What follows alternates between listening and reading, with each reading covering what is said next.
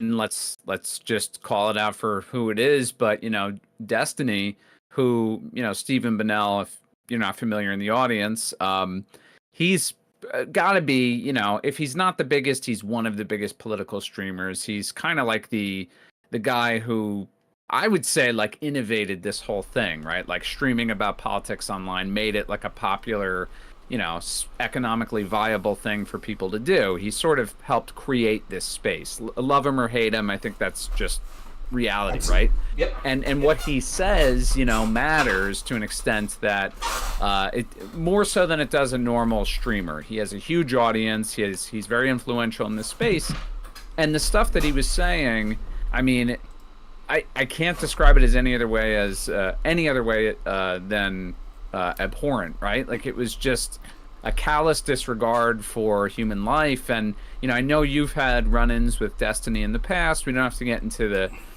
drama aspects of that, but it always seemed to be respectful debates between you and him. I've had respectful debates with him, but you see stuff like this and I'm left to wonder, like, and I want to get your thoughts on this, do people, or do you think he's saying stuff like that to garner more attention, get more views, be controversial just because it makes good content? Or do you think that there's, a dimension there where he really believes that, and that sort of reflects this trend, as you say, of like this uptick of violent rhetoric and anger and disregard for human life? What do you think? So, yes, is the first thing. So do I think there's part of this that is, my viewership will go up, the edgier stuff I say? I think that's part of it, but I think that's a very small part of it. What I wrestle with is this. I try to have as low a bar as possible for who I'll be willing to engage with, and I try to keep it as out of the personal as much as possible. For me, that bar is very low. We have to have a framework before we can have a discussion, and that framework, the bare minimum is, you can't suggest violence against me or people I'm supporting because you disagree with me. That's the framework which I need to engage with you. If you are unwilling to engage with that, if you say a certain thing, then I'm justified to send someone to your house to harm you. Or if you support a certain politician, then we're justified in using physical violence against you. That I cannot accept. That is a minimal. Now, Destiny seemed to have suggested things that are leading to that. All Trump supporters deserve this. F around and find out. That's what he said. Anyone who goes to a Trump rally. So it'd be very similar that if you're going into gangland and you're selling drugs, you can't be surprised if a gang jumps you and harms you. It seemed to be of that sort of suggestion. I don't know if he's serious or not. I don't. And at the end of the day, I'm sorry to say this, it comes down to sort of a judgment call. I'm predisposed to liking Destiny, believe it or not, because even though we politically disagree, I think we have similar debating styles. He's been polite to me behind the scenes. I have nothing negative to say to him as an individual of our interactions that we've had, other than yelling at each other about politics. So I think, as with most things, when you have somewhat of a relationship, you tend to be more forgiving. So I understand that's where my bias is coming from. So I don't want to think that he is actually calling for violence. However, there's a lot of concerns anyways. My concern is that what I think's going on is this. I think he's on tilt. I have no idea what his personal life's like, nor do I care. That, to me, sort of in the abstract, you hear rumors, I don't care. I try not to judge in those things. But I will say this. Anyone he has publicly said that he's going through a divorce. That's difficult. I don't wish that on anyone. So that could put you in a bad headspace, and maybe you have an illness or anything. I don't know. But any number of things could happen in your personal life that puts you in a bad space. And then, I think on top of that, what you've seen is the Democrats have taken a lot of losses lately, beginning with the overturn of the Chevron decision, then the Fisher decision, then you had the immunity decision, which unfortunately, Democrats have been primed to think that Trump's the worst criminal ever, so they're relying at this point, because they can't really defend Joe Biden's record that well or Joe Biden's competency, so they've been relying on these lawfare strategies, and they seem to be falling apart. And so they're on tilt because of that, and then the debate happens. And the debate's so bad for Biden, and they know it, so then they're even more on tilt. And then you see this infighting in the Democratic Party where half them are defending Biden and half them are like, he has to go. And so the news cycle's been really bad. And one thing, I don't know you well, but I'm guessing that you're sort of a populist type left, as if I'm on a populist type right. So one thing I can say about both of us is we're very used to losing. Like, our side's very rarely winning. And so we handle losses with grace. We're used to it. You don't go on tilt. You don't get upset because things politically haven't gone your way, and so you start suggesting that people that were tragically killed, that were just an innocent firefighter that was at a rally, deserved it. You don't suggest that. You don't even, I mean, Destiny went further and said his parents are Trump supporters, they would deserve it. I mean, that's grotesque. Like, that's unhinged. And I think what it is a person who, I mean, I'm no psychologist, but here's my guess. He's on tilt. He says something. Destiny's engaged in a lot of back and forth with people that gets very personal. It's not like when he's debating me. It's people talking about really. So when those people come at you, look what's happening, you're losing, he's going to double down. And he's going to say something heinous. And then people are going to demand an apology. And you know what he's going to do? He's going to say something more heinous. To the point where it spirals out of control to where he gets on Piers Morgan.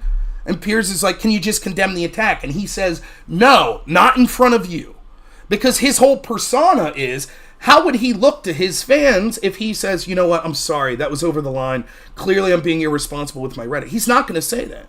And then, this is the other thing that's concerning. Let's operate under the assumption that I'm correct. That he's not calling for violence, he's telling edgy jokes, and he's sort of spiraling and saying heinous stuff, but he wouldn't call for an attempt on Trump, he wouldn't call for Trump supporters to be harmed. Let's assume that, but does his audience know that? Because if you go to his Reddit, which people have sent me screenshots, it's crazy. Basically, the argument that people are making, I can't say all or most, I don't know, I don't follow his Reddit community, but they're basically saying, listen, of course you operate within the scope of legal means as long as it's viable. The problem is the Supreme Court has made Trump a king.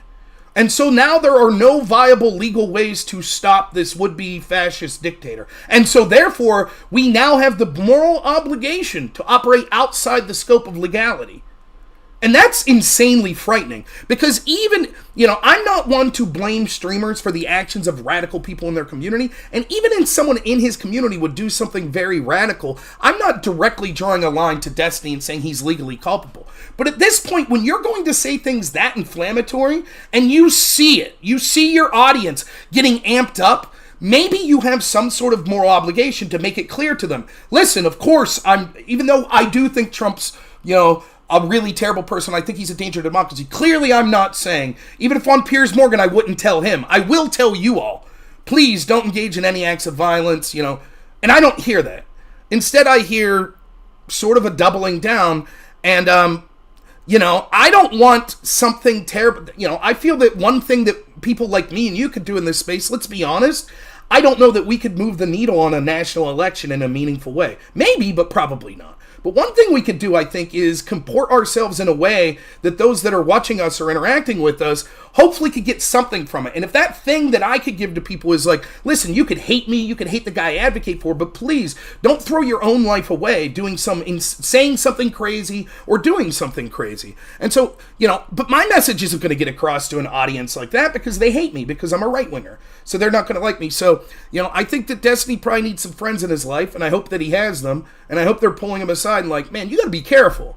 Because you might not just lose your platform, it might get worse. You might have legal interventions, and you don't want that. You don't want to be someone who's, like him or hate him, he's a very influential person in this space, and I don't relish in anyone, even if I disagree with them, losing their career or saying something that they regret the rest of their life or inspiring something to do something that they then regret.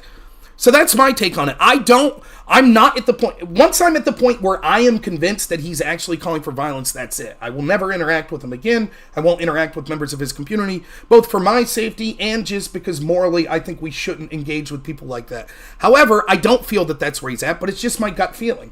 And I don't blame anyone that sees the rhetoric that he's saying and coming to that conclusion, particularly if you're a Trump supporter. I mean, he said if you go to a Trump rally, you basically have it coming. I think he's just being edgy. Mileage may vary. And I'll fully admit that I have a bias that's predisposed to not want to think that that's what he means. But it doesn't matter at the end of the day. Everyone's going to come to their own conclusion. And God forbid someone in his community act out based on that. Or someone who dislikes Destiny acts out against him based on the fact that they're saying that. And I think that would be terrible, not just as a human tragedy, but in this space entirely, where those of us that don't have as much influence maybe could have done a little more to try to pull the reins in a little.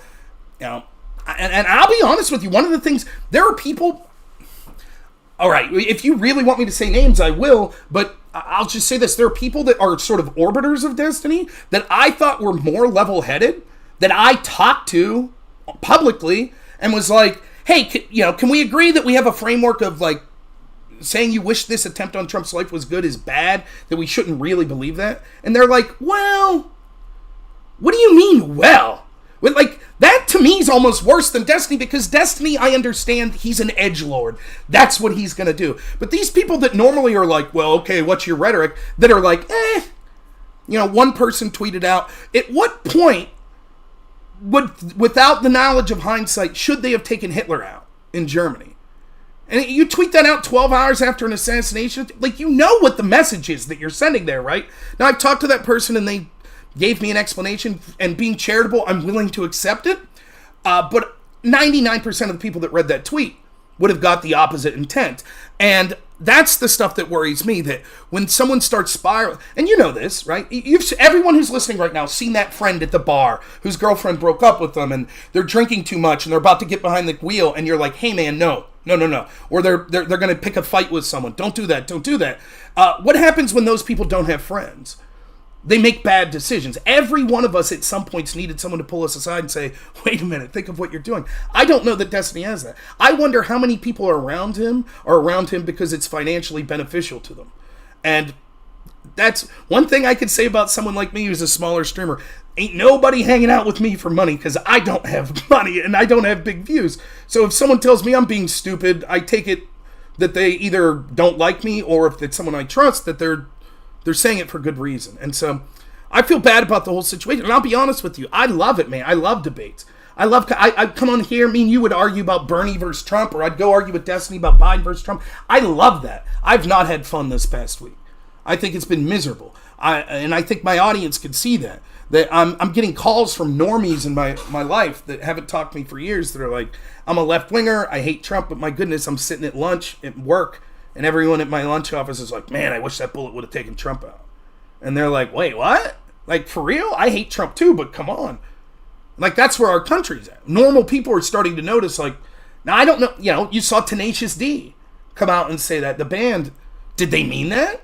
Or are they just saying what they think's the social cool thing to say? I don't know. But we better do something quick, because how terrible would you feel if you're not serious and you're just joking, and then maybe next week, God forbid, something happened? Now where are you? I don't need that karma, man. I'm too of a sensitive soul. I can't live with myself, like, even jesting. So that's where I'm at on it. I think it's terrible for this space. I think it's terrible for Destiny and his community. And I think that he has strong arguments that he's capable of making, including, he is correct that there are people on the right that made fun of when Paul Pelosi were attacked or when George Floyd died. It wasn't me, but yes, those people exist, and it's fair to point out that hypocrisy, but it's still different. And even if it wasn't different, when you're as influential as someone like Destiny, I think that you're really, really playing with fire to be that inflammatory. Look at that pun, to be that inflammatory, yeah. Well, yeah, I mean, I teach, I work with kids, and so it kind of reminds me of a lesson you would normally have to explain to a child, which is like, okay, someone may have wronged you. It doesn't mean that you do something wrong back. It doesn't mean that you doing something, like if a kid punches you, it doesn't mean you punching them back is fair game and right, and people making fun of what happened to Paul Pelosi is terrible and callous and mean and cruel and bad, and it's rhetoric we should get rid of. It doesn't mean that, okay, you do the same exact thing when an innocent person at a Trump rally is killed and the guy who is probably going to be our next president is almost shot just because apparently, we don't really know all this kid's motives, he didn't like something about his message.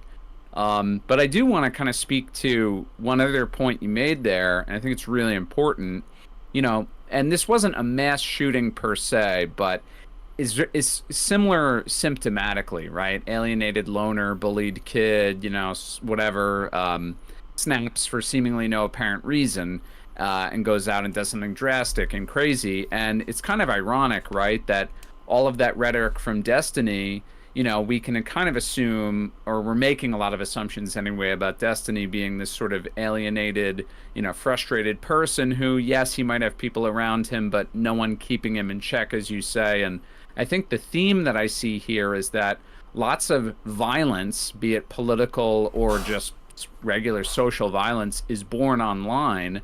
and it sort of festers in these young people who feel increasingly alienated and hopeless about the state of the country, the state of the world, etc.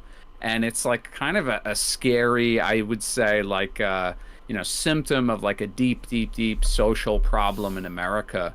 Would you agree with that? Like, that our young people are really, alienated and frustrated. And what do you think the remedy is for that? I mean, I know it's a huge question, but what are some ideas that come to mind when we discuss that? So for me, the first thing you have to say, it's like, do you ever hear people say like, wow, money doesn't buy happiness?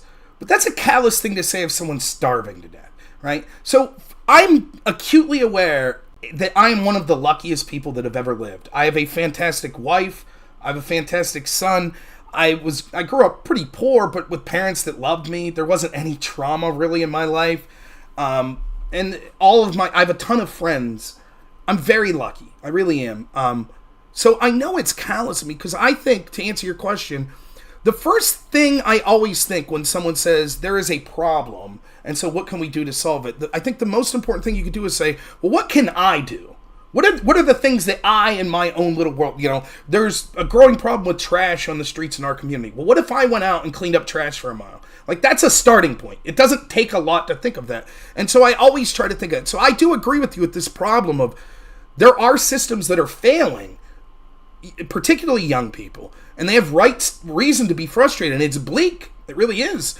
What can we do? Well, there's a lot of political things that we could check. I suggest the first thing we do is end a corrupt system that doesn't take their or anyone else's voices into consideration. That's what I fight for politically. But individually, I think that my duty as someone who talks, that's a very depressing thing to say. Hey, I basically think that every institution in this country is corrupt and does not care about you. Well, who are you? You're an inner city black person that grew up with a single mom that's struggling to get through school, but there's a lot of inner city violence where you live. I'm talking about you. Or you grew up in rural Pennsylvania like me, and your parents worked at a window factory, and that window factory closed one day, and now they're in their 60s and don't know what to do, and you're struggling making $15 an hour, working 80 hours a week to provide for your family. I'm talking about you, too. I'm talking about everyone. Christian, atheist, Muslim, Jewish, gay, straight, black, white, man, woman. All of these groups, I don't think they care. They just pander. That's dark. That's incredibly dark to say to people. And so for me, I always try to give a message of hope. That message of hope comes from me in this sense in saying there are things more important than these grandiose political conversations. There are things that you could do that affect the world and your life much more importantly than anything the president will do or even your governor will do. And, be a good person, be a good husband, be a good father, be a good wife, be a good neighbor, call your mom, talk to her. Like, those sorts of things I think really matter. For me, I'll leave religion out of it. I'll just say this, 100 years after we're gone, hardly anyone will ever remember any of us. So what did it all mean? Well, could you look at yourself in the mirror? Did you know you were at least trying to do the right thing? And so don't get depressed. Be hopeful. And if you're someone like us that's streaming, I don't care if you're streaming to one person, if you just make the occasional Facebook post, I think that you have an ethical responsibility to let people know there is hope.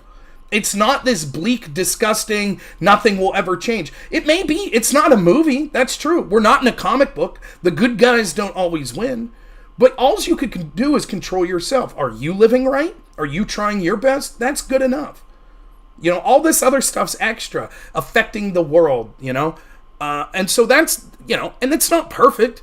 And that doesn't mean that no one in my community would never go do something crazy. And I would feel terrible no matter what. I preach nonviolence almost every single video I do. For 6 years, 5 years, every time I do a video, I almost always talk about how I find all forms of political violence despicable. And I think I've been one of the best people at debating against it, the nuances of that position. And yet still, that doesn't mean that someone in my community can't feel bleak and alone and do something terrible. They could. And let me go further. Sometimes it's tough. It's easy to sit here and wax on about like, oh, there's someone in your life that you could help. Not everyone's that lucky. Some people do have lives where maybe you have a terminal illness, or maybe you didn't have parents. Maybe you grew up in a foster system, or maybe you just went through a bad breakup. There are bad breaks that people get, and so it comes across as callous for someone like me that's so privileged to tell people, oh, just look at your life. You know, I get that it's tough, but that's the type of stuff you have to try to do. And you know, I think that I try my best in my little spot, in my little space, to just be like, hey, there are things out there that are hopeful. Let's have fun. Let's fight, and I don't mean physically fight, but let's fight for what we believe, for our philosophical, cultural, and political positions. But at the end of the day, you just say, I tried. I tried my best. I could always have done better, but I tried. And it's not worth throwing my life away. And people don't, like, there's a whole new level to this, too. There's the people that fall so far that they do the crazy stuff. But then there's the people that go to the cusp of it but wouldn't go over. Like, let me give you an example. Like, January 6th. Now, I think that it's been overblown. I think that there's all sorts of shady things. But it's undoubtable. There were Trump supporters there that engaged in acts of violence. And I think that sort of mob mentality, people whip themselves in a frenzy. And I tried to tell people, like, this isn't a game. You have a family that cares about you. If you go to something like that and you get caught in the moment, you know, and you could ruin your life. Your kids will no longer have a mom or a dad, or, like, it's not a game. And so it's best to detach yourself from any of that negativity to even suggest that that's a road to begin down. And, you know, so to bring it back to what we were talking about with someone like Destiny, you know, my audience is going to be a little different as sort of a conservative. My guess is my audience is primarily male, older. My guess is like 40s, 50s, right? If I had to guess, I'd say Destiny's audience probably includes a lot of young people. And a lot of those young people, they might be more prone to not only society be screwing them more than sort of maybe some of the people that are more established in the older generation, but they may almost also not have sort of the experience in life to know, like, look, you got to take your emotions out of it for a minute and don't do anything. So it's very troubling when you see the message that's coming to that community that's just like, hey, there's no hope. This guy's an emperor. He could do whatever he wants. There's literally nothing legal we could do. He will single-handedly end democracy forever. And that's especially ironic coming from a community and a streamer like Destiny, who has rightfully criticized people with inflammatory rhetoric like that in the past, talking about trans genocide and things like that. So it just comes across, I think, as very dangerous. And I think that when you combine the real world situation of how bleak things could look for young people today and how sort of online culture has taken, you know, we talked about the importance of friends. A lot of times online culture, we have replaced physical friendships with sort of these parasocial relationships with streamers or something online. And so imagine that all your friends you're hanging out with become violent drug users. You might become a violent drug user. Imagine the parasocial relationship you built with a streamer becomes people calling for acts of violence. Maybe now a regular, well-adjusted person all of a sudden starts to become predisposed to violence because that's now their friend community. So obviously, this is a long-winded way of saying I don't have any solutions other than what I myself could do. But I think you're right to point it out. And what's going to happen is we're all going to lose at the end. Obviously, the people that engage in acts of violence or the people that they acted upon. But even outside that scope, this, to me, is something that the institutions will then use to say, now crack down on those alternate media people. See what they're doing? You see what happened? And that's also very bad for this country and the world, because I think various voices and free speech is one of the big bright spots of hope that we have. So, you know, I see it cascading. An event like that, you know, hopefully cooler heads prevail. We're a week outside now, this attempt on Trump's life. Hopefully we could get back to just arguing about whoever Kamala Harris versus Trump. And we just escalate or de-escalate from this position of I'm afraid my side's going to lose, so now all options are on the table. I hope that happens. Yeah, man. I mean, I think the first, kind of example of what you're talking about in terms of the problems that this could create, for those of us in this space is Destiny being banned on, or at least temporarily banned on Kick. And, that's sort of how, that wave of bans started on Twitch was Destiny and Vosh, and then eventually, Infrared and Jackson Hinkle. All these people were banned off of that platform. And it seemed like, the Overton window was rapidly closing. And, it's so antithetical to what I think that this space could be and should be, is a space where, yeah, I mean, there should be limits, right? Calls for violence should be unacceptable, but generally it's good to have a big wide open Overton window. So I don't support any kind of demonetization or banning or censorship or whatever. Same, yeah. But to your point, I mean, like, there's money involved in this, there's advertisers involved in this, and if you create an environment where people are encouraging violence, especially big creators, it's going to lead to stricter crackdowns, and that will lead to the platform being less of an open space. To that point. So here's the thing, right? Oftentimes, I think the best thing to do when you have a deep felt principled belief is to tell people why morally you feel that principled belief is the way to go. And hopefully that's the case I've been outlining. But that doesn't always work, right? And I understand that, right? People come to a sense of morality in different ways. So I think that it's also effective to talk strategically as well. So from a strategic point of view, I actually supported Destiny sort of breaking this glass window of getting into the mainstream. We're sort of in this weird niche, like, online debate space, and Destiny's one of the bigger ones of those. There are people adjacent to this that don't really debate. Maybe you'd see, like, Hassan or someone like that. These people that are big in this community, but you're not really going to see them on the mainstream news, or you're not going to see them being a speaker at the DNC or the RNC or something like that. They're this niche group. And Destiny finds himself just this year talking to Ben Shapiro and Jordan Peterson and doing Piers Morgan's show and Lex Friedman's show. These are shows that sort of mainstream people, not just sort of this niche audience that's looking for online debate culture or video game / politics culture, that are seeing. And I was happy for Destiny just because. I was like, good for you. You put in the work. I disagree with you politically. However, he works a lot, he streams a lot, and good for him. I wish nothing ill on anyone, in this space, even if I really dislike them, and I don't really dislike Destiny. However, for selfish reasons as well, me and you have a better shot of being mainstreamed if someone that we engage with is. So for example, I'm a small channel, but I got a lot of views because after Destiny makes these comments, he does a Twitter Spaces, and be quite honest with you, the Republicans on that space, in which should have been one of the easiest debates ever, hey man, you shouldn't celebrate the death of this firefighter, we're getting smoked. They were just absolutely getting smoked by Destiny. And so I called in on my phone, and on my phone I sound like I have a lisp, so I didn't sound the greatest, but I pushed back on Destiny and tried to match his energy, and I think I did a great job. And even if you disagreed with me, even Destiny would admit the only one who knew what they were talking about remotely was me on that space, because the other people just don't engage in this type of debate. They don't understand it, and they don't know the basic facts of what Destiny's anchor is, about alternate electors or, insurrections and all of this.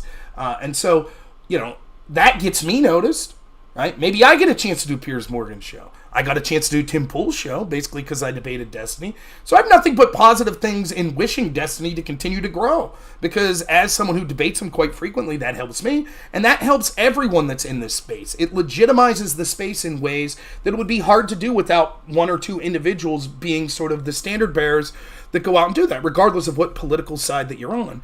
And I think that this is showing the worst claims that sort of the traditional media has made about social media and sort of people in spaces like this. So you correctly point out that we saw a lot of people, including Destiny himself, getting censored off of Twitch, which is a platform that I stream on. And you're right, the Overton window switches and switches. There would be absurdities where I used to stream to Twitch, and then this Republican that I streamed with, a lady, she streamed on YouTube. We would have to have talks before we entered of what topics we could even talk about.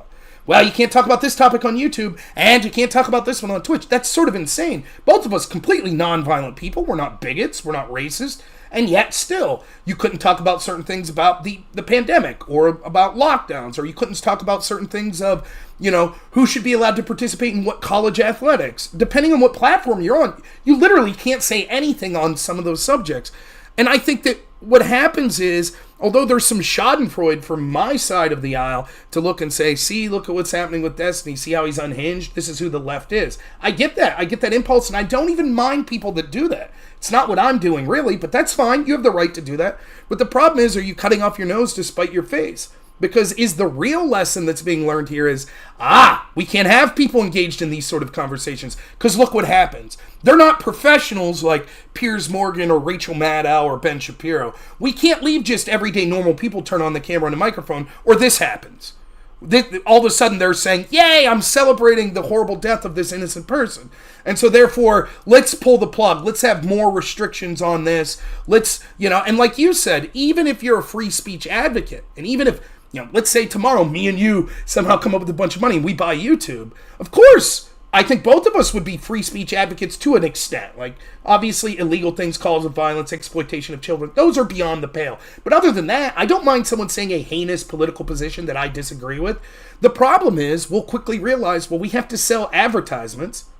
And what if you just let someone come on and shout racial slurs, for example, I think within the realm of free speech, that should be allowed. But I understand why a large multinational corporation like Alphabet that owns YouTube is going to say no. Who's going to want to? You think that Chevrolet vehicles are going to sell or buy ads with knowing that your ad played right in front of some guy that was yelling the N-word or some guy that was celebrating the death of? Of course not.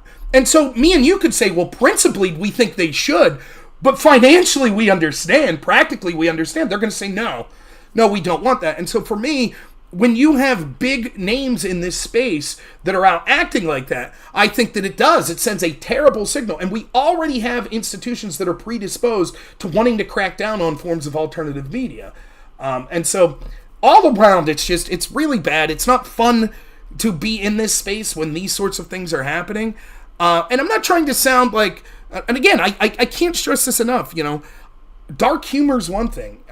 For me, I don't know how old you are. I'm 40. I was a senior in high school. Oh, God. Are you around my age? Yeah. Okay. 35. I graduated high school in 2002, and 9/11 happened my senior year in high school. And I remember, I'm a huge stand-up comedy fan. One of the first stand-up bits after 9/11 was Gilbert Gottfried at this roast. And he famously basically starts off making an airplane joke about hitting towers. And the crowd boos. And then he tells this super obscene joke that's just not political, but just very obscene. And the crowd loses it. And what he was saying without saying was, we have to get back to life. We have to have a sense of humor. And it made sense. There were a lot of people offended. I get it. But I understood. To me, it meant something. I was like, I see. I don't think that's what Destiny's doing. I don't think that just being like, yeah, all Trump supporters have it coming. But I'm willing to say I understand the impulse to be dark and edgy. I'm not clutching my pearls. I'm not someone who's saying, he should be removed from bad jokes. I have one concern, and that is, are you really calling for violence? Because if you are, that's it. That's a line too far. If you're not, I understand that people will cancel you, and I'll fight against it, and I understand people will demonetize you, but I'm not going to jump on that train. I'll say, whatever, I'll still interact with you. But it's the actual... I don't think that either me or you or anyone who's being honest right now could tell you with 100% certainty, is that guy calling for violence? I don't know. And I don't think you should leave any ambiguity when you have an audience that big that's listening to you. Yeah, so, I mean, there's really two other things I want to get to with you. One of them is related to Twitch. And for anybody who's listening in the radio audience, who's not familiar with platforms like Twitch, Twitch is predominantly a video game streaming platform which has a niche space sort of for political discussion, and some of it is fascinating. It's a wacky kind of unique world, right? You don't really get those perspectives in mainstream media. But I do have personal concerns with Twitch related to groups like Progressive Victory, which are essentially, basically, they're essentially working for the Democratic Party. Let's just call it what it is. They're trying to get Democrats elected. They're trying to canvass for Democrats, and they more or less control, to the extent that they tell people literally what to say. I'm not sure. These are all on private Zoom calls or whatever, but they heavily influence, let's put it that way, certain streamers in this space who also happen to have pretty, significant sized audiences relative to how many people are watching, on Twitch. So, what are your thoughts on that? Like groups like Progressive Victory and the amount of influence they have over the space, and what can we do about it?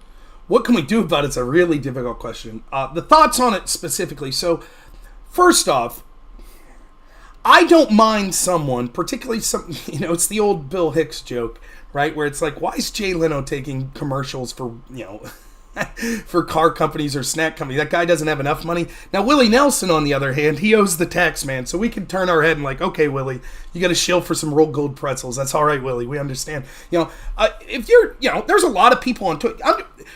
I hope I'm not speaking out of line here. I think that what I'm saying is directionally true.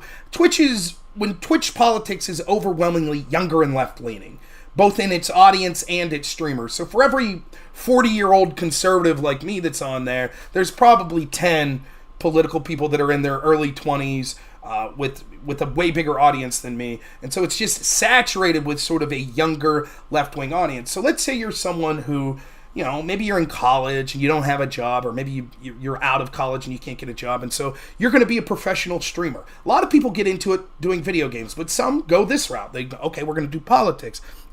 Maybe you're having a difficult time making financial ends meet. And now comes this PAC along, Progressive Victory PAC, and they say, we'll pay you $1,500 a month.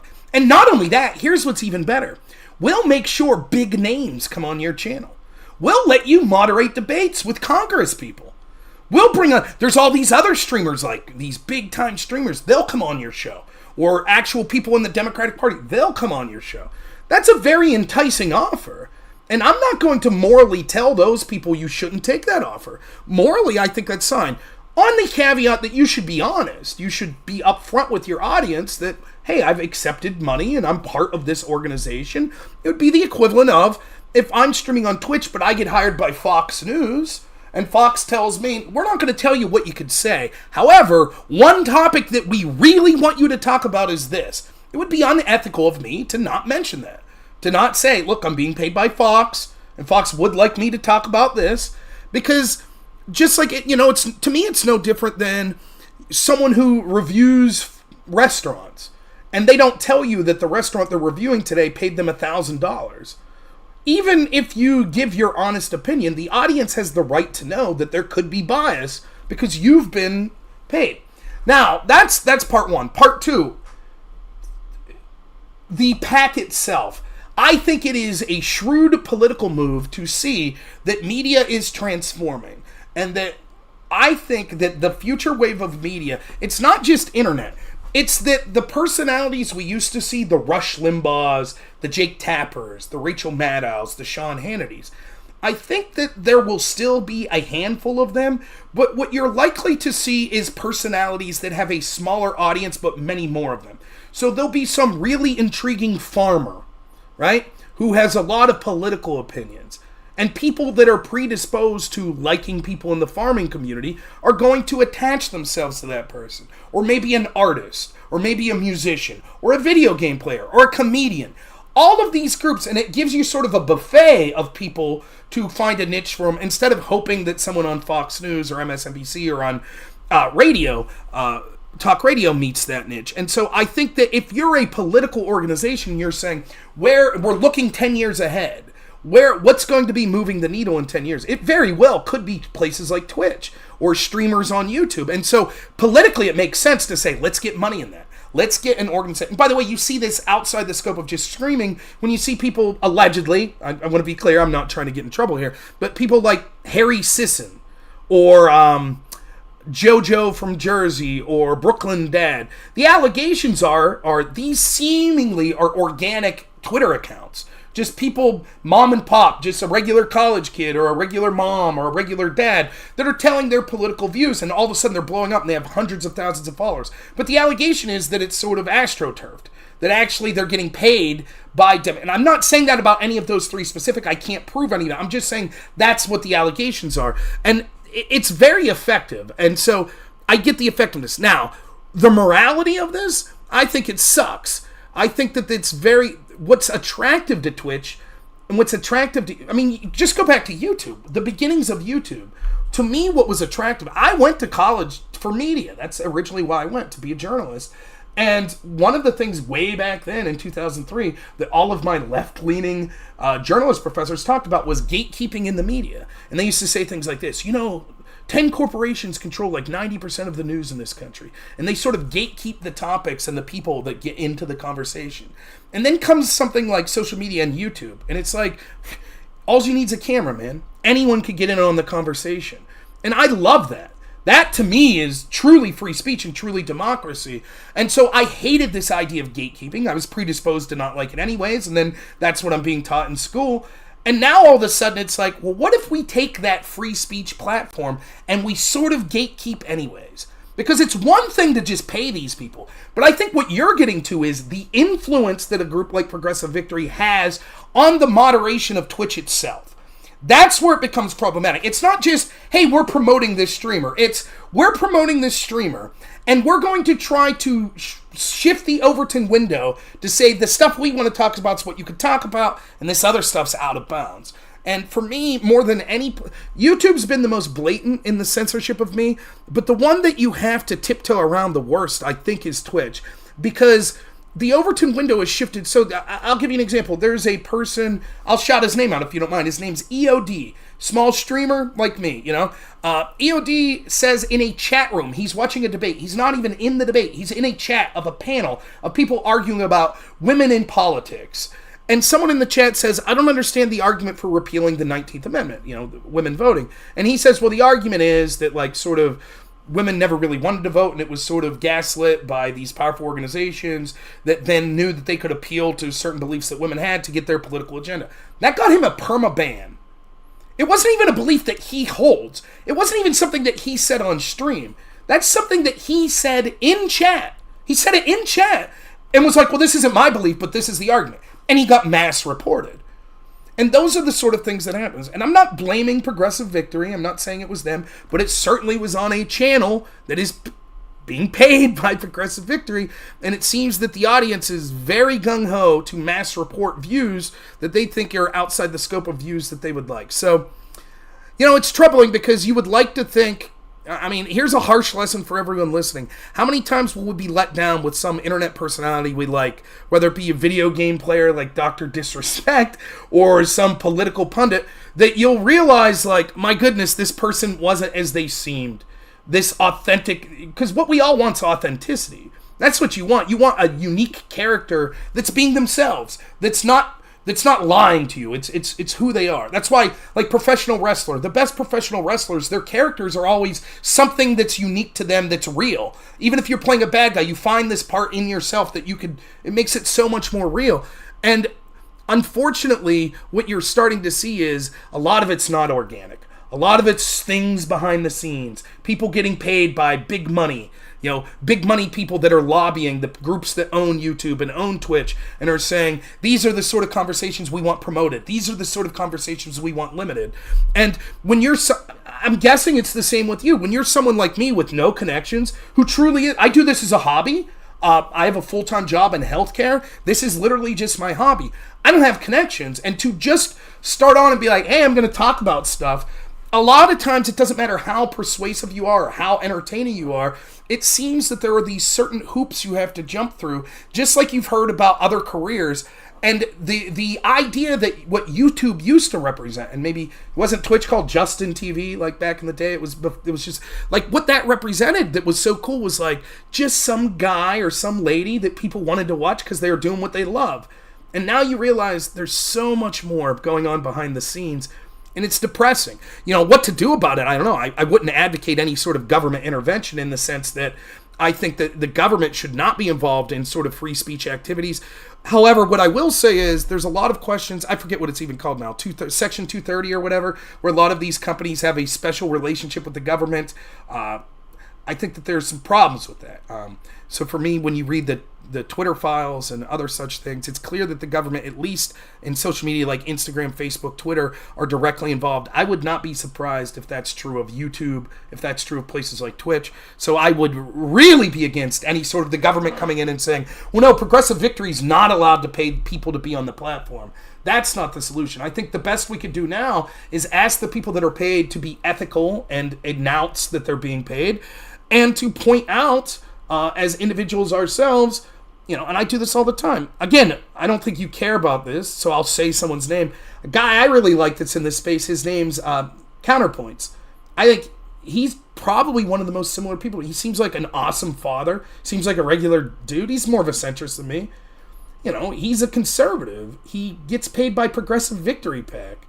And how can I ever trust his opinions organically his now, once I know that? Like, so when he's out there and he's like, yay, Joe Biden, go Democrats, maybe? That could be his heartfelt opinion, which is absolutely fine. But is it? You know, when you get paid, and so, you know, unfortunately for Connor, I think that I'm going to bring it up, and that doesn't mean he's a bad person or he's unethical. I'm not saying any of that. I'm just saying that's the choice you make, man. Once you take money, particularly from an organization that's antithetical to what you say, you're a conservative, and you're working with a group that's stated mission is to make Democrats more progressive and win elections, of course it's going to raise eyebrows. And I don't do that because I'm rude or because I wish ill upon him or because I have no other argument to make. I do that because I think that one of the things that we could do is discourage people from sort of taking monies to advocate positions that maybe they organically wouldn't, and hopefully that has enough of a push that people say, yeah, we don't like that sort of stuff, and maybe that will make it stop. Yeah, all fair points. And, I mean, I guess that is my big issue with it as well, is really that if people are going to take money from groups like Progressive Victory, at least be upfront about it. At least be honest to your audience that, like, hey,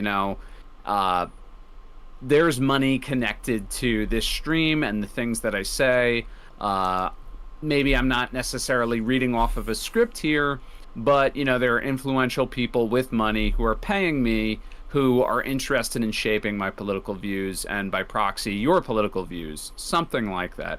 But I agree, like regulating that and all that, like what I guess I was thinking more about like the approach of what can we do as non-affiliated content creators. And really, it's tough because like you're a conservative, I'd say that's fair to say, yep. Right? I'm far left, I identify as a Marxist-Leninist, but whether it's you or me, who seemingly we have almost no political positions in common, what we do have in common is that we're often brought on these panels or these debates to be the odd person out, and that they make it seem like, oh, there's this diversity of opinion on this panel, when in reality it's like 3 Progressive Victory affiliated streamers and then me, or 4 Progressive Victory affiliated streamers and you, and then that's the debate. And in reality it's like, well, these 3 or 4 people pretty much agree, on everything, and then they have us there to just sort of, go into this. And then now I'll be arrogant here for a second. I think something that I've seen, I stopped getting a lot of invites to these sort of panels. And listen, people could think that I have an ego or something. I don't like selling myself that much, but in college I was a very successful debater. I was one of the first people from my school to ever qualify for the National Debate Tournament, which is basically like the top 72 schools in the country, except each school can send up to 3 teams. So you can imagine it's like 35 schools. It was very impressive. I'm good at the game of debate, and I think I'm a persuasive person. What ends up happening is I get put on these panels. It happened the other day. Get put on a panel hosted by someone who's from Progressive Victory. Brianna Wu was there. She was sort of the point person for getting people on Progressive Victory. And the panel was 5 against me. And then it didn't go well for them because I'm pretty good. So the moderator, who also announced, to his credit, at the beginning of the stream, I'm from Progressive Victory, he jumps in and starts debating me. And it looks really bad for Progressive Victory when it's like even the moderator had to jump in. And I think it was objectively, even people I've talked to behind the scenes on the left was like, boy, that was so bad for them. I'm like, yeah, I know. And so what happens is you're either a punching bag, you're an outsider where they could push you around, and if you're effective, well, then you don't get the invite. And I've been in some ridiculous situations. I remember doing a panel. I don't think Progressive Victory was involved in this, but I did a panel in 2020, and the panel was set up by a left-wing host, and it was 4-on-4. It was very simple, Trump or Biden. 4 Republicans, 4 Democrats. And the Democrats say Biden, Biden, Biden, Biden.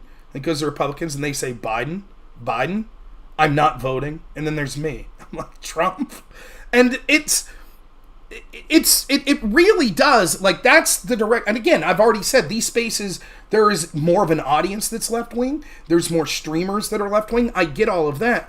But the same is true from your perspective, right? Where a lot of these people, even though you're, quote, on the left, you're going to have an opinion that's at odds with much of what they say. And you find yourself in this position where it's like the deck is stacked so egregiously, even just getting time to speak becomes difficult, let alone trying to argue against 7 different people or 5 different people. Literally just finding the time, because it's like, it really is absurd to the point of, you remember, way back in the day when everyone made fun of, like, CNN still does this, but it used to be, today's topic, Obamacare, we have 10 guests on the panel, and it's like, what really in this half-hour segment with 10 guests, if you have no commercials, that's 3 minutes per person, and so what ends up happening? Well, you're so starved for oxygen that you just say the most hyperbolic thing. Well, this is tantamount to, death panels, people will die, blah, blah, blah. That's it. You don't have a nuanced discussion because you know that the audience is only going to remember one thing you say, and so you plan accordingly, and that's what happens. So, I personally, this is why I love one-on-one discussions, one-on-one debates. To me, when I do a debate, my preference is like a 4-hour debate with one person, with or without a moderator. That's it. That's my ideal debate. But unfortunately, imagine that exists, right? Not everyone's going to watch that. But then imagine that exists and Progressive Victory's backing it, right? Now you got a bigger name because Progressive Victory's there and they're paying for stuff. And so that channel that does that style of debate is going to grow because there's all of these things behind it that's pushing it to grow.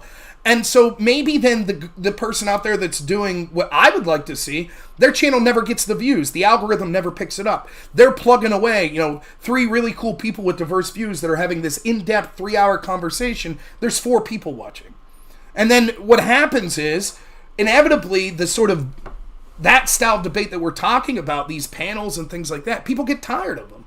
And so the audience is there, and they want to see Destiny scream at Rob Noor. And they want to see, Nonsmoker get blown out by some, corporo Democrat, or what. That's what they want. Everybody, it's like watching a boxing match. You want your guy to win. You're cheering for them. But it becomes boring after a while. You realize, like, oh, it's sort of the same thing over and over again. And it's and the question is, if it's being financed, is it organic? Or is it sort of like the free market where if that finance isn't there, well, then the channels will slowly shift with the audience and they'll say, oh, this is what the audience wants this week. I don't know. It's difficult, but I sympathize with you. I think you're in a worse position than me because I think that just being on the right of the aisle automatically puts you in this like, well, the left's the enemy, quote unquote, and I'm the other. But to be on the left, but still outside the scope of sort of what is the orthodox opinion on the left, that seems to be more difficult. And you even get lost in the shuffle with like the Twitter files. It's an argument that I tried to make all the time. The censorship that we saw that the government was suggesting wasn't just right-wingers. It was overwhelmingly right-wingers. But what it was people that had opinions outside of the agreed establishment opinions. And there were many left-wingers that fell within that. But they get lost in the shuffle because the argument's like, well, this is just, the left-wing FBI against the right-wingers. No. It's a pro-establishment FBI or pro-establishment administrations against people criticizing the establishment. And there's a host of left-wingers that fell into that, and you get lost in the shuffle. Because who on your side's really speaking up for that? They're there. There are people there, but it becomes more difficult. On my side, everyone will pay lip service. Tucker Carlson will pay lip service, and Sean Hannity will pay lip service, and, anyone. Well, the right's getting censored. Easy to understand. Easy narrative. Difficult to understand, but aren't you a Democrat? Aren't you on the left? What do you mean you're getting censored? Well, yes. Maybe not me individually, but these ideas. And it's not just about censorship. It's also about sort of the Overton window that you're talking about. I said this for years. I thought that the worst thing that could have happened to people in your position that are sort of more progressive or more with a Marxist bent in the Democratic Party was Joe Biden winning. Because I thought that the 2016 screwing over of Bernie and then with Hillary, basically the most corporate Dem possible, and then if they lost with Joe Biden, I thought there was a real chance that the progressive voices within the Democratic Party would have started to get more pull. Because they would have said, look, the corporate stuff's not working. It's not resonating with the working class. But Biden won, and so now any voices that you had in Washington are basically just, well, we got to go with the team. Trump's a threat to democracy, and it's going to be, it's going to be Kamala Harris, or it's going to be, Hillary Clinton. It won't be Hillary, but you see what I'm saying. That's who they're going to, you're not going to have a vote. Your voice doesn't matter. The delegates are going to pick someone that doesn't represent your beliefs, and you'll be told, yeah, but the other guy's worse. Again, for the 40th year in a row, sorry, we couldn't put someone up that you liked because the other guy's worse. So you just got to pinch your nose this time. We'll get to you next time. And that's exactly how I felt until Donald Trump, who I don't think is perfect or anything, but at least he was seen as outside the scope. I was told for years, got to vote for Mitt Romney. Got to vote for Paul Ryan. Got to vote for John McCain. Got to vote for George Bush. Got to vote for Jeb Bush. And I'm like, but these people don't represent me in any way, shape, or form. Well, if your guy ever wins, we'll support them. And then as soon as my guy gets momentum, the Paul Ryans and the McCains of the world are like, no, we're not going to support him. So that's the game that's played both in our little world of streaming and also in sort of the bigger world of politics. And it sucks. It sucks. But if I could give a recommendation to anyone out there, like, I'm not telling you not to take the money. And by the way, maybe I'll get offered, maybe the Blaze will offer me like $500,000 a year to work for them like tomorrow. And then I'll look like the biggest hypocrite in the world because I'll say, yes, give me that money. I'll take it right now. I'm going to buy my son like a really cool Power Wheel tomorrow, But I'm not saying that you're unethical to take the money. I'm not. What I'm saying is it becomes unethical if you're taking the money disingenuously. You're not announcing it, or you're falsely changing your public opinions so that you could get the money. But if someone literally says, we want to pay you money to say whatever you want and keep saying, as long as you say, yeah, I'm getting paid money for this by this organization, but these are my heartfelt opinions, more power to you. I have more of a problem with the organization than the individuals. So anyone out there that's taking money from Progressive Victory PAC and you're like, come on, man, why are you bagging on me? I make $800 a month. I'm trying to make ends meet. I'm not bagging on you at all. Keep doing you, man. Pay those bills. That's fine, but don't be unethical. Don't deny that you're being paid, or don't change your positions, flippantly. Now, there's an insidious thing that happens where because of the money, you subconsciously change your opinion. That's harder to fight against. But you would know this. There are people that get paid to say things that they don't believe, but they say it to get paid. That to me is unethical. But if you're saying things that you think you believe and you're getting paid, as long as you're open with it, I have no, that's fine. I don't judge you morally. Yeah, and I'm sure it's a case-by-case basis, the extent to which people bend to that pressure subconsciously or whatever. But I definitely think there's social pressure in addition to all of this too. It's like, hey, you go to these canvassing events, there are these people here with all these followers, you're a small-time streamer, you want it to be accepted and perhaps your channel to be associated with or even promoted by these bigger channels. And, there's pressure to everybody to be downstream from Destiny, right? With all of their opinions. And my take entering this space initially was like, how could this many people support Joe Biden on the left? It's not possible. It didn't make sense to me. And so it wasn't a big shocker to find out there's PAC money in here, right? That is just basically telling people to promote the Democratic Party one way or another. Because I in my real day-to-day life, I know very few people who impassionately supported Biden. Mm-hmm. The people who supported Biden because they hated Trump. Right. It's exactly how you described it. It's like, the other alternative is so bad, we just have to go with this. And, another important thing that you mentioned is, we kind of saw the Republican Party be taken over by, MAGA in the last, 4 to 8 years. And it's not what the establishment people wanted. And so I kind of want to get your opinion a little bit about the pick of J.D. Vance as vice president, because he was a quintessential never Trumper guy who, in my view, changed his tune because it became obvious that you're really not going to go anywhere in the Republican Party unless you get on board with the MAGA stuff. MAGA is the Republican Party at this point, whether that's what the establishment people wanted or not. That's the reality of it. That's what the constituents wanted.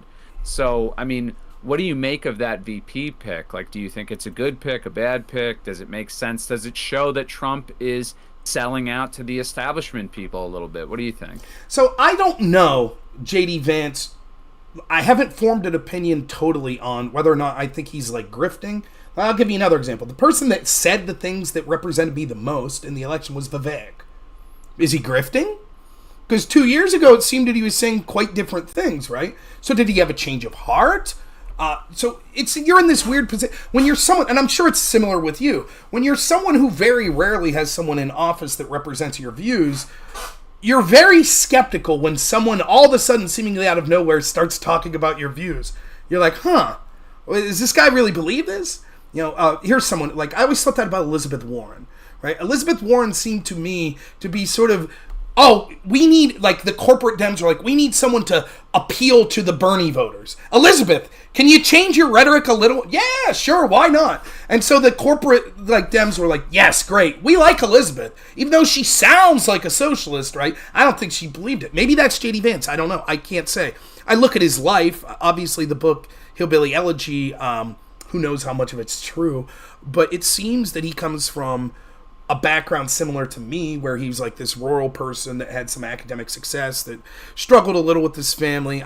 My family didn't have addiction problems and stuff like that, but you could see how that would lead to a direct line to populism, right? Where you would say, I see from, as much as a Marxist would see like the plight of workers from a left-wing perspective, a populist on the right could see it from the right. It's like, I grew up in these towns where people were working in coal mines or steel mines, and like they got screwed over by this company that went out of business because of whatever it may be, right? And so I think that that organically seems like part of what MAGA speaks to, because if I can real quick, like, what does MAGA speak to, right? Like, this is, I think a lot of people don't understand this. How can this billionaire, like, Manhattanite speak to someone in my area? I live 40 minutes outside of Butler, where that shooting just occurred. Rural Pennsylvania, Appalachia. It just, how could those people, like, my parents never interested in politics in their life, all of a sudden love Donald Trump. Why? I think it's because, regardless if you think that Trump was a showman who's pretending or if he really believed it, people were so thirsty in the world, areas of the world like this, for someone who just treated them with respect. They've constantly been told, you're the problem. These blue-collar people, you're racist, you're worried about people replacing you, you're uneducated. Rick Wilson from the Lincoln Project said, 10-toothed rubes afraid of the brown horde coming in at the southern border. And that's offensive. That's terrible to people that have worked their whole life in these blue-collar jobs for $12 an hour, that are struggling financially, that are struggling physically with their health. There's no one out there. Who out there? Yes, there are unique problems in like the inner city, but at least there are people paying lip service to it and talking about there's no one in rural America, no institution, no one in Hollywood. Even if a country music star gets big, what do? They instantly start to adhere to the tenets of the left. Like right out of the, Taylor Swift was a country music star. Where's that? So it's like there's no cultural icons, very few. Even you see churches now start pushing causes that are more traditionally associated with the left. And it doesn't matter if you agree with them or not. I'm just saying these people felt left behind. And then this guy comes and he sort of talks like them, like crude. And he seems to have a genuine affinity for them. And they latched onto that, not because Trump was so great, and not because they cared about his policies that much, because, dear God, he's not talking about us like we're horrible people that just need to die. That's how low the bar was. And for me, that's what MAGA's really about. It's about, like, why is it that we were left behind? And I branch it out further because I've had the good fortune to know people from various walks of life. I see the same in the inner city. Why have we been left behind in the inner city? And I see the same with, like, the union worker. Why have we been left behind? And, like, all of these people I can see, like, why don't their voices matter? For me, I remember looking back at the 2008 financial crisis, and there was no debate. Both Mitt Romney and Barack Obama said, well, we have to bail out the banks. And so that was it. And I remember seeing this graphic someone made. Republicans bail out the banks. Democrats bail out the banks. Well, that's it, right? No choice. And then you were like, Green Party, don't bail them out. Constitution Party, don't bail them out. Libertarian Party, don't bail them out. Every other party that's a third party where they disagreed, but you never heard that opinion. It was the two parties agree. And that's to me where I started to realize, like, wow, like these two parties at the top level, they're not that different. They're a uniparty. And they want to keep all other voices out on these important issues. J.D. Vance, to me, seems like he might be in the same vein. Why did he criticize Trump? Because he doesn't personally like Trump. Because Trump, unfortunately, one of his things, and I'm libertarian adjacent, so one of the things he says is he's just like a normal guy. Like, I don't know, I'm not trying to speak for you, but coming from rural Pennsylvania, you know how many times I'll hear something that's like grotesquely offensive like this? You know what we ought to do in the Middle East? Just make it a parking lot. And you're like, whoa, think of what you're saying. But that's how people talk. That's how Trump talks.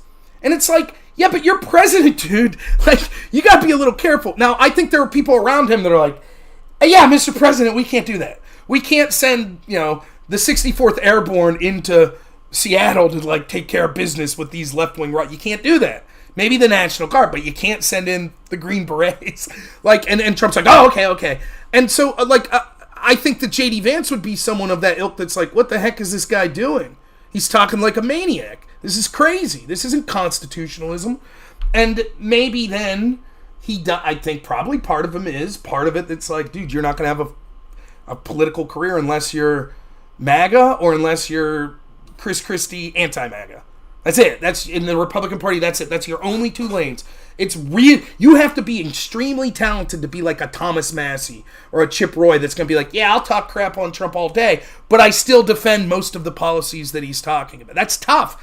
It takes a lot of like personal strength and integrity and intelligence to ride that line. So yeah, it's probably true. A lot of J.D. Vance made a political calculation. It's like, well, a lot of the direction that MAGA's going, the populist direction of it, are things that I believe.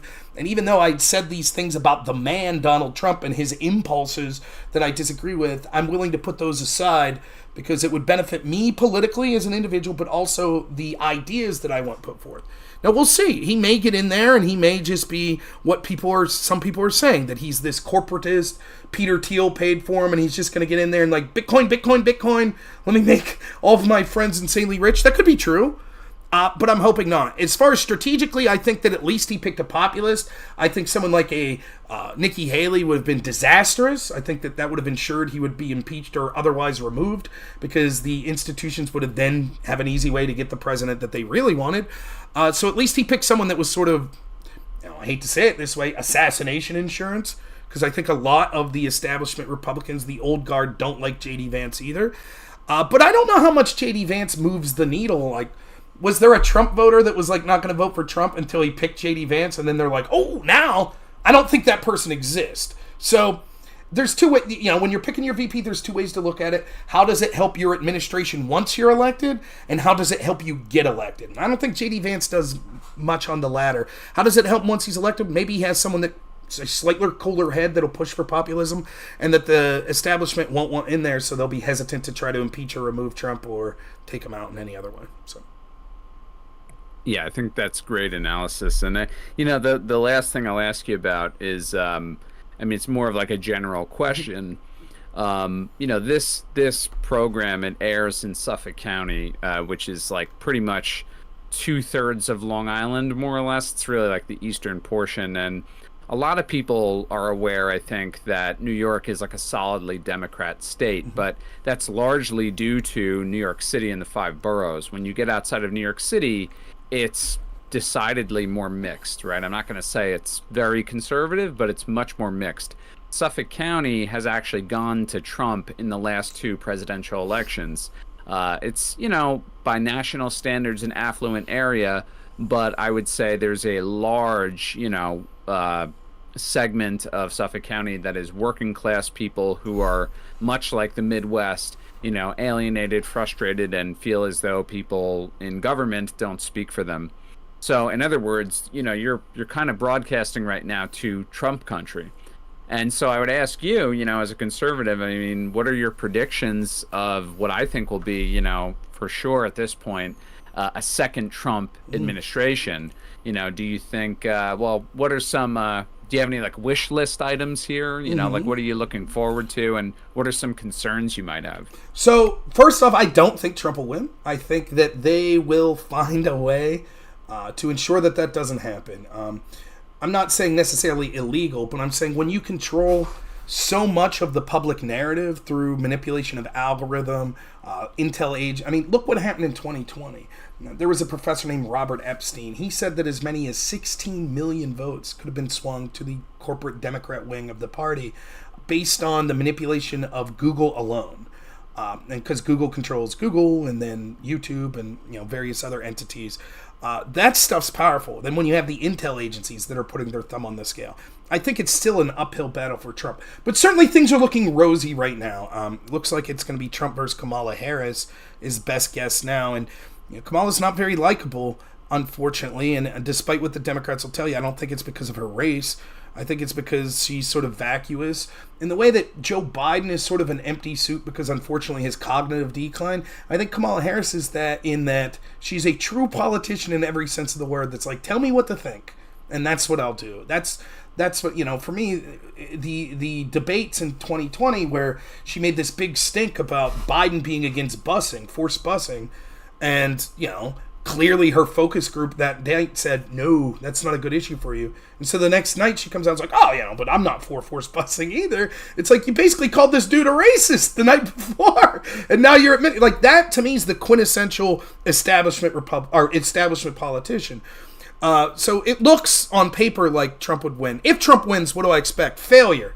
That's what I expect. I'm very black-pilled on... I think that Trump did... There were two reasons I voted for Trump. One was to expose to the average person how corrupt our system is. And I think Trump did that beautifully. Not because he played 4D chess, but because the very nature of him being a potential outsider and having this super underdog victory forced their hand. And then all of a sudden, things like the media became evident to just be mainstream propaganda. That's all it was. And the intel agents. And, there's little things if you have the correct set of eyes and you're looking at. Like when they impeached Trump for his phone call to Zelensky, and they brought all these people from the State Department, they kept saying over and over, Trump was going against our foreign policy.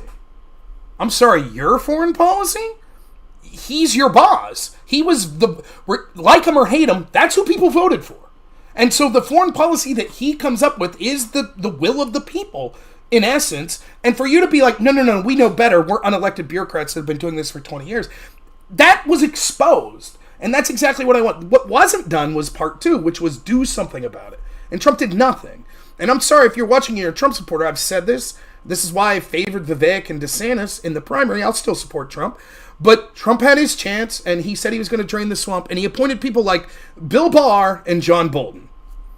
I mean, I don't know what else to say. That's blatant. That's so blatant. And unfortunately, because of the enthusiasm for Trump and this, and let me be clear, let me not talk trash on Trump in this sense. He is talented in a way that I'll never be. He won this underdog in election in a way that's 1 in a billion. Like, you'd have to be uniquely rich and uniquely charismatic and sort of, unfortunately, a sociopath that's super arrogant. All of these characteristics are the exact, if you had to, in your head, game out, how can we get someone outside of the system? You would have came up with these characteristics. And not all of them are good, but that's what you would have came up with. And so he did something. I'm not diminishing what he did and what he may do here winning again. I could never do that on a national level.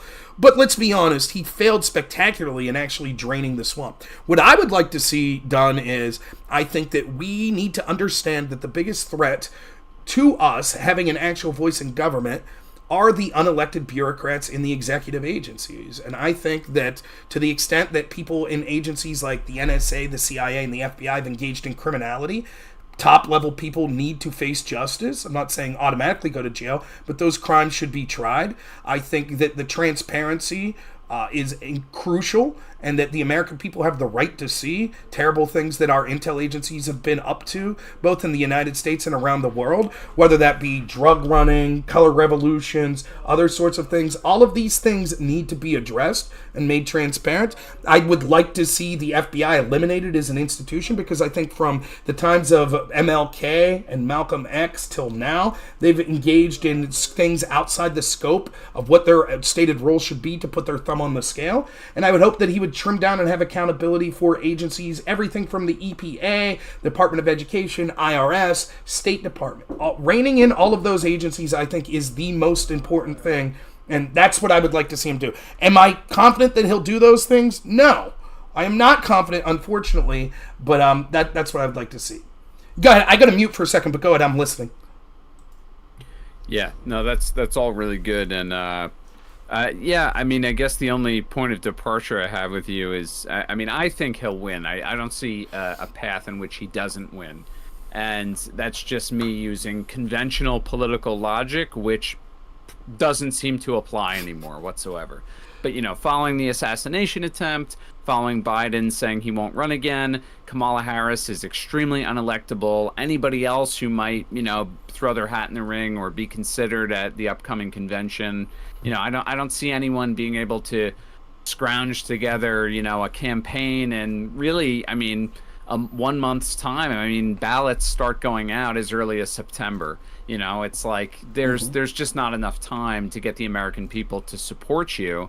The only hope is that Trump remains a polarizing figure all over the country, even places which are, quote unquote, Trump's strongholds. I'm not saying red states would ever turn, but, these white middle class places where there's a strong foundation of Trump support. I think that there's lots of detractors in those places too.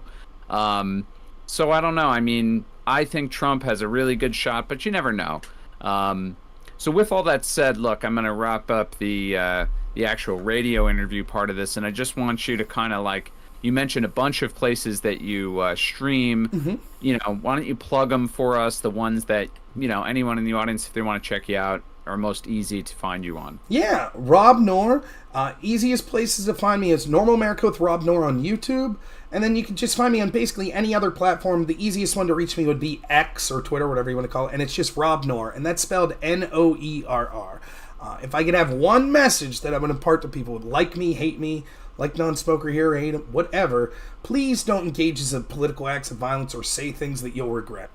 I know emotions run high, and I do think that these elections are getting increasingly important, but none of it's worth throwing your life away or sacrificing your principles. So, if you're listening to us and you're like, I despise everything they're saying, I'm the biggest Joe Biden supporter in the world, that's okay. I'll still be your friend. There's still things, no matter how bleak it looks, understand if you're from our political persuasion, we've taken L after L after L after L, and you still have a smile on your face. That's how you got to approach life. So I hope that resonates with people. Well said, and thank you for the time, Rob.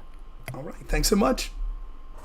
So I'm gonna cut the radio part of it right there. I have one audience question if you have a minute. Yeah, no problem. Because I didn't want to read it on the air and whatever. But I'm trying to imagine there is no Twitch audience. But this guy Larry Picklejar, he just wants to know. So what's your opinion of Trump and the GOP already talking about dropping business taxes to 15%? How's that going to help rural America other than making the rich more rich? I don't know if you have thoughts on that. Yeah, I actually did. So I think Trump's tax cuts, anecdotally, I saw benefit to myself and my family. And actually those sort of tax cuts, I think, do trickle down. Now, there's many things he could do that would be better than that, like capital gains loopholes and things like that I think are more important, that would have more of a benefit directly for people like me and you, and sort of ensure that sort of these wealthy people are paying similarly to what we are. But in general, no, I don't have a problem with these tax cuts. The problem's the other end of it for Trump, which is he won't cut spending. That's the problem, right? And that was the problem in his first administration. And anyone, there is a problem. And I try to, I learned this from my dad. I remember one time I got in trouble growing up, and me and the neighbor kids did something stupid, and my dad grounded me. And then he's talking to the neighbor kids like he's buddies with them. And we got in the house, and I was like, why are you mad at me and not them? And he's like, because you're mine. And that's how I feel. Like when I see people misbehaving that align with me, I speak up more vocally. So one of the things I talk about quite frequently is how many people were in the Tea Party that liked Trump. And what was the central argument by the Tea Party? The deficit spending. Trump was worse than Obama. That's clear, even before the pandemic. And so if you're going to cut taxes, which I think you should, more money in people's pocket is good, you have to cut spending. You have to. And eventually, if you want to raise programs, then you have to increase revenue. It's that simple. There is no magic fix for this. The fraction, modern monetary theory. I don't buy any of this crap. I think that it'll all come, I think we see it right now. The reason that everyone in my community is struggling, and it's so funny, the gaslighting goes beyond just Biden's cognitive issues. Why, if they're right, that the economy's fantastic and there's so many jobs and all this stuff, then why is Biden's polling so low? Because to me, what this election, well, Biden's going to be out, but what it came down to was this. You got Trump guys, or Trump people are going to support him, and Biden people are going to support him. Then you got the moderates. You got people like maybe you that are disaffected lefties, or you got people that are centrist, or people that are traditional Republicans. And what they're looking at is this, many of them. I hate Trump. I find him loathsome. He may even be a danger, right? That's how much I dislike him. But my bank account looked better under him. The world looked safer under him. The border looked more secure under him. And so they're trying to find that reason. Is Trump so despicable that I'll say, well, I'll take another chance with the Democrats? Or is Trump okay enough that you're like, I could deal with the crappy personality because I think the world will be more stable under him? The Democrat argument, the way they manipulate these stats that are like, oh, actually, the economy's doing fantastic. It's just garbage. You can't lie to people you can lie about foreign policy, but you can't tell some mother of three that can no longer afford groceries, actually, you're wrong. That's not true. The economy's doing great. She sees it. And of course, the counter-argument to that's, well, anecdotally, any one individual, even in a great economy, could be doing poorly. But the problem is millions of people see it. And so I think that what I see occurring is that Trump's economy was better despite the tax cuts, despite the deficit spending, but you can only do that for so long. You can only gaslight people for so long. And I'm afraid if Trump has spending to similar levels with tax cuts in the next 4 years, that you're liable to see inflation increase or a recession or a depression that sort of reins it in, which you also don't want to see. So in general, I think tax cuts are good. I don't think that they only benefit the rich, but I think that the user's question is absolutely, I believe he would imply, well, Trump's not going to massively cut spending, which is true, and it is a legitimate criticism, and I think anyone that was a Tea Party person needs to be honest and say, why did you... See, the hardest thing in the world is to hold your own standards to yourself when it's your person. It's easy to say, Obama's spending too much, I hate it. But when you go to bat for Trump and all of a sudden he's spending too much, are you able to say it? And, I try to call balls and strikes to the best of my ability, but... I guess the best I could say is overall, I thought that the original tax cuts were good, even for lower class Americans like myself. And so I would imagine future tax cuts would be beneficial as well. But we have to rein in spending. All right. Yeah. Good comprehensive answer there. And yeah, I mean, it's going to be, dude, I feel like I could probably talk for hours, but I'm going to get going because I actually have to tend to some family stuff. But this was a good discussion, man. And anytime, you want to talk or I would love to potentially debate. I mean, I admit outright I suck at debating. So, but I'm more than willing to do it for the exposure. So, we could do that. And listen, the debates are different, right? There's different styles of debates, right? Like a debate could just you being like, listen, this is what my economic theory is, and here's what your. That doesn't have to be like contentious. And then you're going on a panel, and there's a specific topic. That to me is a different experience and a different sort of expectation for what I'm looking at. So I would love to talk to you at great length. I think it would be interesting, and we should definitely set that up. And look, here's the thing: the way these news cycles are going, dear God, Martians might land by next week, so we could have something completely different to talk about. I don't think I've ever seen a news cycle this fast. So No, yeah, this has been crazy, and I'm lucky. You're kind of helping me a lot because tomorrow I've been slated to cover 4 hours on the air, and I'm like thinking to myself, like, how the fuck am I going to do that? And then this story breaks. I'm like, thank God, like, save fucking Biden, because I mean, there's plenty just to dissect here and just to ramble on, and but I appreciate it, man. For me, like, I mean, I don't know how you feel. Talking about anyone's death or assassination attempt is, I don't know. I just don't like it. It's important. I understand why we need to talk about it. But, like, so this news cycle of, like, Biden dropping out, I kind of get more excited. Even though I think it helps the Democrats, I get more excited because it's like, it's not as morose. And, one of the things I said, I didn't say this on the radio show portion of this, but I did tweet this out. I was like, maybe the crybabies like Destiny that have been on tilt because they've been taking L's. I think that Biden dropping out will help them so much. So maybe they can stop calling for people's deaths now. Like, you got a little bit of a victory. You can calm down a little now. And we can go back to just yelling at each other about our side versus your side. So yeah, hopefully your 4 hours won't drag on as much with this story than it would if you just had to talk about like the terrible stuff that was going on with them, the shooting. So. Yeah, I just don't feel like there's a lot of interesting places to go with it. Like, you could either go the route of, like, okay, like, all of, like, I don't know if you saw that story in the Washington Post, but it plays, like, I was going to talk about on the air how, like, this narrative of what happened couldn't have been, it's like Alex Jones-esque. Mm-hmm. It's like his wet dream, because it's literally every possible, like, intelligence failure that leads you to think like, man, they wanted Trump to die here because the police were notified this person was on the roof, they didn't respond in time or whatever. And now the story in the Washington Post that Trump's security detail had been denied multiple requests to the Secret Service over the last 2 years for additional security at Trump events. They've just been denied repeatedly. These, I guess, like they wanted, magnometers or something, and an additional security detail. The Post is reporting that, saying that, like, okay, it wasn't this specific rally that they were denied Secret Service, extra, attention, but it's been multiple events leading up to this, leaving these wide open opportunities for some terrible shit to happen, and then it happened. And then when you take on top of that, right? So all these stories come like in a vacuum, right? And so this is why they should be out there talking about this, because you can't help but your mind can't help to go to these places. So take that in conjunction with the other story that was reported earlier in the week, that there were credible threats from Iran to attack Trump. So it's like, if those two stories are simultaneously true, right, that the Secret Service is like, okay, a foreign government may be trying to take out the former president and frontrunner for president, and we're denying them security. Like, wait, what?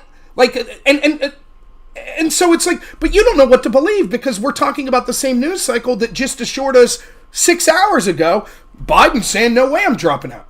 Like, so it's like, I don't know. The Washington Post could come out tomorrow and say, our bad, that reporting was wrong. And how do we know? We're all doing the same thing. We're like, well, we want answers. This is the problem with the distrust of institutions, when they lie to you so much. Like, the irony to me is when the mainstream media, you'll see them at like the White House press correspondence dinner, and they pat themselves on the back. We're the fourth estate. We hold truth to power. That's how important we are. They're right. I wish we had a press. You're right. That is how important the press would be. And instead, we're out here on our own. And like, you could make fun of all the people you want that were making what may be deemed as crazy medical decisions during the pandemic, but who would they trust? I mean, it's surreal. They came out and they said, well, we told you masks didn't work, but now 2 weeks later we're going to tell you they do. Sorry, we had to lie to you. That's the worst thing you could say, because now people are like, well, if you lied to me about that, are you lying to me about going to work? Telling me I can't go to work? Because I really need to feed my family, And so around here, people, like, I'm telling you, man, like my governor, Tom Wolf, he told us we were cowards if we wanted to go to work during the pandemic, and then he violated his own order to go march with Black Lives Matter. And my friend, I had a radio show at the time, my friend Todd Bartley was a journalist, he's in the press poll, so he asked Secretary Levine, who's now, Rachel Levine, who's in the Biden administration now, and he asked her, he's like, how do you square that? Like, you called people cowards that want to go to work. And she's just like, well, we think free speech is important. Next question. Like, what do you say to the people that see that are like, man, my mom's dying in the nursing home, I'd like to go visit her? Sorry. And you can only do that. You can only lie about weapons of mass destruction in Iraq. You can only lie about, Libya and what happened there. You can only lie about the financial. At some point, people are going to say, I don't believe you. And then something horrific like this happens. And maybe the explanation's as simple as, we screwed up. We screwed up really bad. And here's the ways we screwed up. And half the people aren't going to believe it, because they're going to say, well, you've lied to me every other time. And so then their gut reaction's just like, again, no one held accountable. So it's like, yeah, sloped roof. Like, I got friends around here. One of the most common jobs of the dudes I know in my town's a roofer. I've watched these fat, out-of-shape guys, 400 pounds, carrying 50-pound shingles up a roof with a beer in one hand and a cigarette in their mouth, on sloped roofs. And they're like, oh, apparently I should have tried out for the Secret Service. Like, I could have helped out, So Yeah, I hear you, man. It's depressing. And what are we going to talk? Are you an expert? I'm not a sniper. I'm not a security expert. I'm just at the whims of, okay, here's what the story is today. What the hell is this? And so I agree with you. What more can you say about it? It's like, I don't know where to go from here, Yeah, I mean, just one thing in line with what you're saying, like, because I'm also going to talk about this in the air. In Nassau County, which is like the more or less the other part of Long Island that isn't one of, Long Island is Brooklyn, Queens, Nassau County, Suffolk County. So Nassau County is like the western part of Long Island that's not quite Brooklyn and Queens. Point being, in Nassau County, there's a bill being proposed in the county legislature which will give you, I think it's like $1,000 fine and possible jail time for wearing a mask in public now because of the crimes that are being committed by people who are wearing masks. And it's like, I posted it to Facebook. Unfortunately, nobody in my circle of like my personal life understood the reference, but I was like, this is like a fucking Kafka novel. Yeah, it is. For years you're told like, and that's, by the way, after initially being told no mask, like we don't need masks, and then it's like, no, mask. If you don't wear a mask, you're in trouble, you're spreading it, you're killing people, you're insensitive, you're terrible, you're this, you're that, and get vaccinated, and you have to get vaccinated, and there's a vaccine mandate, you'll lose your job, and all this shit. And then now we're at a point years later where it's like, no, don't wear the mask or you'll get fined and jailed. It's fucking like, it's almost like, and the thing is, the institutions undermine their own credibility. And then they sit there in this like bizarre, like they have this bizarre inability for self-reflection. And it's just, the authoritarian nature of like our government these days, like, and government in general, and concentrations of power in general, and that's whatever, that's a whole nother tangent. But point being, I mean, like, there doesn't seem to be any way for the institutions to regulate themselves. So to me, it's no shocker that someone like Trump emerges from all of this and with tons of support, because they promised to, here's the communist in me, but as Lenin once talked about, smash the state apparatus. It's just like, okay, tear this whole, open the hood up and just start pulling shit out.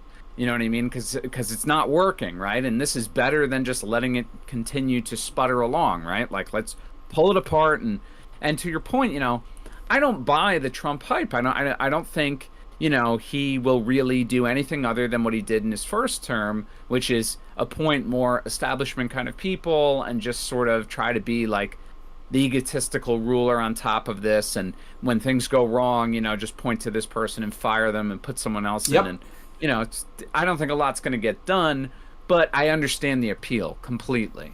I really don't get people who don't see. I hope I'm wrong, but I mean, it's weird to hear you say that, like, from Lenin, because what I've said, I'm not as well read as you. What I've said, though, this is what I said about Trump. I was like, when the system's this corrupt, when the foundation of the building's this bad, what do? First, you have to demolish it, then you rebuild it, and we're in the demolishing phase. I look at Ron DeSantis, hypothetically, as more of a builder, right? Here's the idea. Ron DeSantis seems more like he's like he has principles, and he's like, this is my political philosophy. That's not Trump.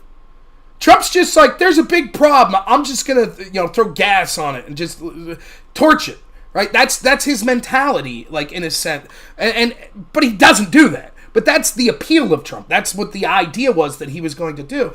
And you're still in that phase. It's like, well, did he really tear it down? No, he didn't. I mean, I'm sorry. Like, if you're, and this is what I said, what the selling point of Trump, when I'm arguing in Republicans primary, and this is why people are telling me that this time it'll be different for Trump, because this time they came after him and his family.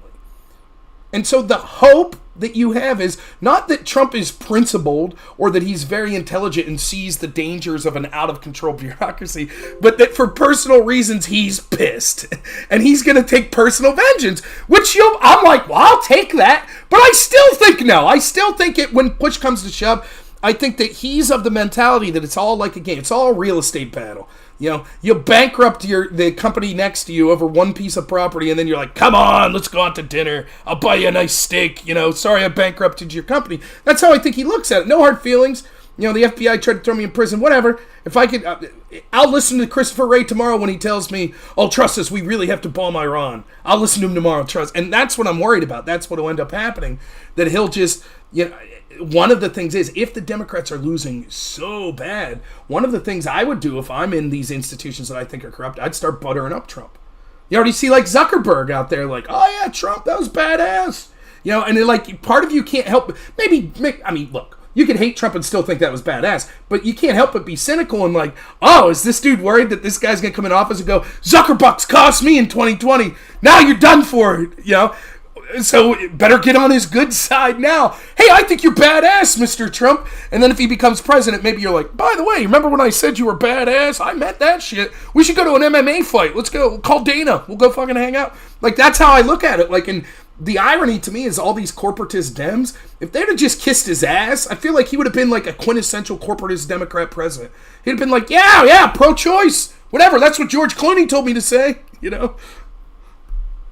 100%, dude. I mean, as a New Yorker, and you're not far from New York, I mean, pretty much everybody in the Northeast who's around our age knows Trump was like a New York liberal, basically, for most of his career. Obviously, people know he was a big donor to the Democratic Party. I mean, like, and there's no reason, I don't think he's a guy with, like, firm principles, really, and whatever. I mean, but, it'll be interesting, but... Let me hop off because I feel like we're gonna. Yeah, we'll be here all night. So, and I got to take care of something too. But thank you so much for having me on, and I'll reach out to you anytime, man. I really enjoyed it. So. Me too, Rob. Thanks again. I'll talk to you soon. Take it easy. Bye. It's fun. Enjoyed it. You know what's weird? So this is something I do. I'll interact with someone and then I forget them, and sometimes I'll remember things like faces. So as soon as I saw his face, I remember doing a panel with him and remembered he was a Marxist. So instantly, one of the things I think that you should do if you're in a position like me and you're trying to sell a big point, right? Understand who your audience is. You should always be authentic. You shouldn't be saying things that you don't believe, but understand the things you believe are going to be expansive, and different audiences will like different portions of those things. So for example, when I debated in college, the judge is a human judge. There's either one judge or three, sometimes five, but most of the time one or three.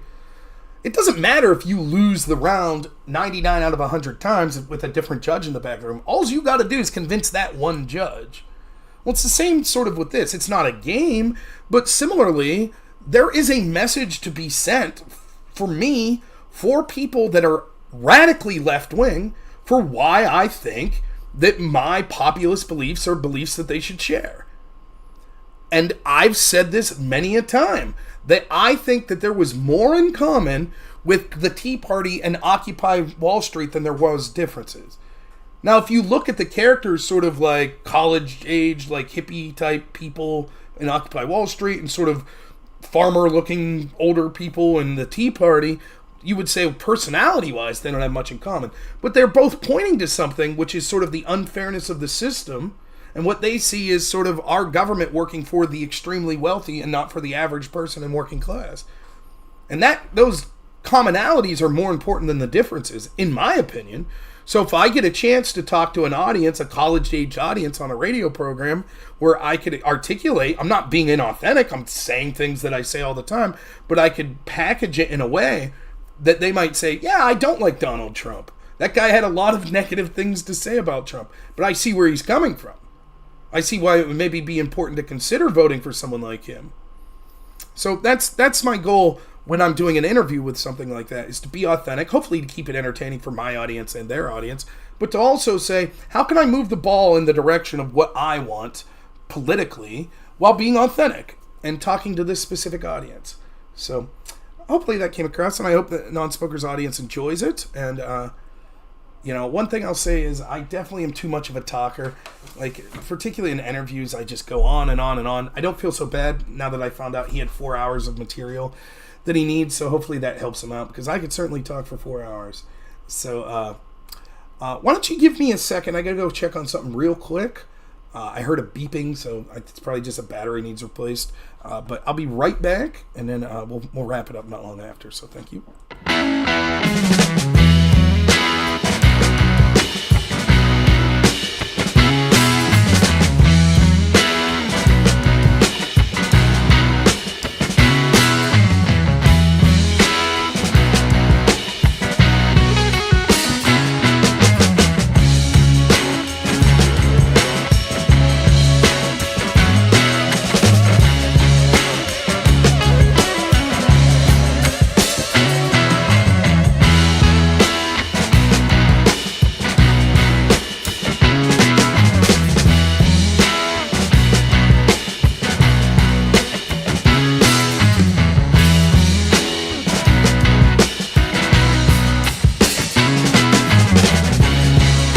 So, interesting. I didn't know if he wanted me to say like Destiny's name for like a radio audience. I don't know how well they would know someone like that.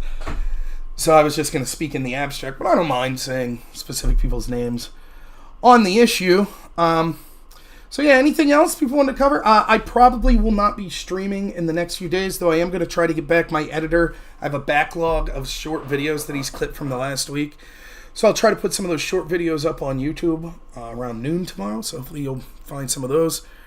I know the news cycle's moving fast. I wish that I didn't have a full-time job and I was able to sort of be with you longer, talk more about these specific issues, but it is what it is. Interviews I have coming up. P.F. Jung I will be being interviewed by. Then I will be doing a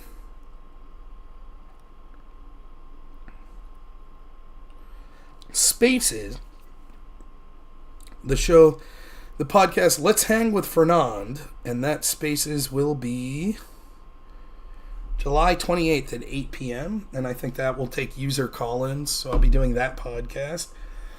And then we'll see, at some point, maybe I'll have some debates with some left-wingers.